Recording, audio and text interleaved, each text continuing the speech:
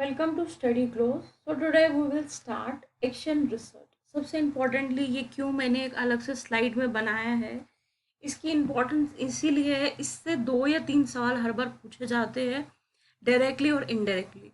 सो हम जब एक बेसिक आइडिया होगा कि एक्शन रिसर्च क्या होता है, हम इसे मोर क्लियरली इसके रिलेटेड कोई भी सवाल का जवाब इजली दे सकते हैं। So all we need to understand, सबसे पहले टर्म वगैरह किसने कॉइन किया क्या है ये यूजीसी नेट नहीं पूछती है। सो डोंट वरी, जस्ट एक आइडिया के लिए मैं आपको समझा रही हूँ। ये टर्म कॉइन किया था 1940s में लेविन ने। एक जर्मन क्या थे वो, अमेरिकन सोशल साइकोलॉजिस्ट थे। उनने कहा अगर आपको कोई चीज़ समझनी है तो उसका बेस्ट तरीका है कि उसको ट्राई करो, उसको मॉडिफाई करो, और learning by doing. Doing means action planning वगैरह। जो भी आप, जैसे हमने बहुत सारी स्टडी जब टीचिंग एप्टीट्यूड में समझा था कि ज़्यादा इम्पोर्टेंस दी जाती है कि जो खुद से चीज़ें हम क्या करें, फाइंड करें या प्रैक्टिकली उसको करें।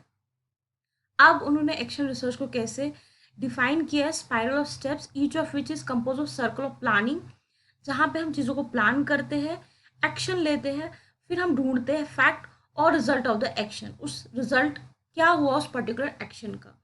अब इसमें क्या क्या फीचर्स हो सकते हैं, प्रॉब्लम रिलेटेड होते हैं, पर्सपेक्टिव रिलेटेड होते हैं, रियल वर्ल्ड में होते हैं, अडॉप्ट करते हैं अल्टरनेटिव प्रैक्टिसेस, कोर लर्निंग, मतलब हम इसके साथ साथ और भी चीज़ें सीखते हैं और सेल्फ इवेलुएट करते हैं।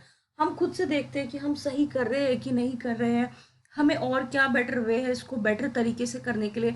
जैसे आप पढ़ते टाइम बहुत बार अपनी पढ़ाई का तरीका डिफरेंट तरीके से चेंज करते रहते हैं, ताकि क्योंकि आपको खुद से पता है कि क्या मेरे लिए क्या चीज़ें सही काम कर सकती है और क्या नहीं कर सकती है। Action research is a process. Process क्यों है? बिकॉज ये टाइमली चेंज होती है और इसमें कुछ स्टेप्स इंक्रीज होता है, डिक्रीज होता है, दैट इज डिपेंड्स। अब यहाँ पे हम एक कोशिश करेंगे समझने की। स्टेफेंस कहते हैं सिंपल मॉडल है कि साइक्लिक है। फर्स्ट में हम समझेंगे पहले हमने कोई चीज़ क्या की है, इनके हिसाब से पहले हमने चीज़ को प्लान किया, उसके बाद हमने उस पर एक्ट किया, उसको ऑब्जर्व किया और रिफ्लेक्ट किया कि हमने जो चीज़ की थी, इवेलुएट किया क्या सही थी कि नहीं। अब अगर हमें सेम टॉपिक पे फिर से एक बार एक्शन लेना है तो हम क्या करेंगे, रिफ्लेक्ट से स्टार्ट करेंगे, रिवाइजली फिर से हम प्लान करेंगे, एक्ट करेंगे और ऑब्जर्व करेंगे। तो अगर थर्ड लेना हो फिर से हम रिफ्लेक्ट होगा और रिवाइज प्लान होगा, एक्ट होगा, ऑब्जर्व होगा। इट मीन्स एक साइकिल चलता रहता है इम्प्रूवमेंट्स का। जैसे आपने देखा होगा बहुत बार जब कोई न्यू कंपनीज होती है, पहले वो एक पैटर्न समझती है किसी भी बिजनेस का। जब वो उस बिजनेस का पैटर्न समझती है, इनिशियली जो उन्होंने टॉपिक्स या जो चीज़ें उनको नॉलेज होती है उसको एक जगह समराइज करते हैं। जब वो थोड़ा अच्छा प्रोग्रेस करने लगते हैं फिर वो फिर से उस चीज़ को रिपीट करते हैं और न्यू फाइंडिंग्स को ढूंढने की कोशिश करते हैं। सेम टाइम में जब वो फिर से इम्प्रूव करते हैं और बेटर तरीके से वो मॉडिफाई करने की कोशिश करते हैं। अब प्लानिंग, प्लानिंग मतलब आप कोई भी चीज़ प्लान करते हो, आप आइडेंटिफाई करते हो प्रॉब्लम है क्या है, इस प्रॉब्लम की क्या सॉल्यूशंस हो सकते हैं। दूसरा, एक्शन करते हो कि अच्छा ये प्रॉब्लम है, मुझे इसको ऐसे टैकल करना है, मुझे इसको ऐसे डील करना है, तो मेरे पास सोल्यूशन है, मैं इसको डील करूँगा। ये आपका क्या हो गया, एक्शन हो गया। देन आप ऑब्जर्व करते हो केयरफुली कि मैं कैसे इसमें से जो प्रॉब्लम्स है उनको ढूंढ सकूँ। अब इसके बाद ऑब्जर्व कर लिया आपने उस पर्टिकुलर चीज़ को, अब हम रिफ्लेक्शन देखेंगे कि जो हम देखना चाहते थे, जैसे किसी सवाल का जवाब ढूंढना चाहते हो कि यूजीसी नेट पेपर फर्स्ट को क्रैक करने का बेस्ट तरीका क्या है, और आपको बेस्ट तरीका समझ आ गया कि क्या है। इट मीन्स जो आप ढूंढना चाहते थे उस सवाल का जवाब आपको मिल गया है। इट मीन्स जो आपका एक्शन था वो कंप्लीट टास्क हो गया है। अब इसका स्कोप क्या होता है, अगर हम एक्शन रिसर्च पढ़ रहे हैं, हम क्यों पढ़ रहे हैं, इसका क्या रीज़न है, इसका क्या बेसिक पर्पज़ है।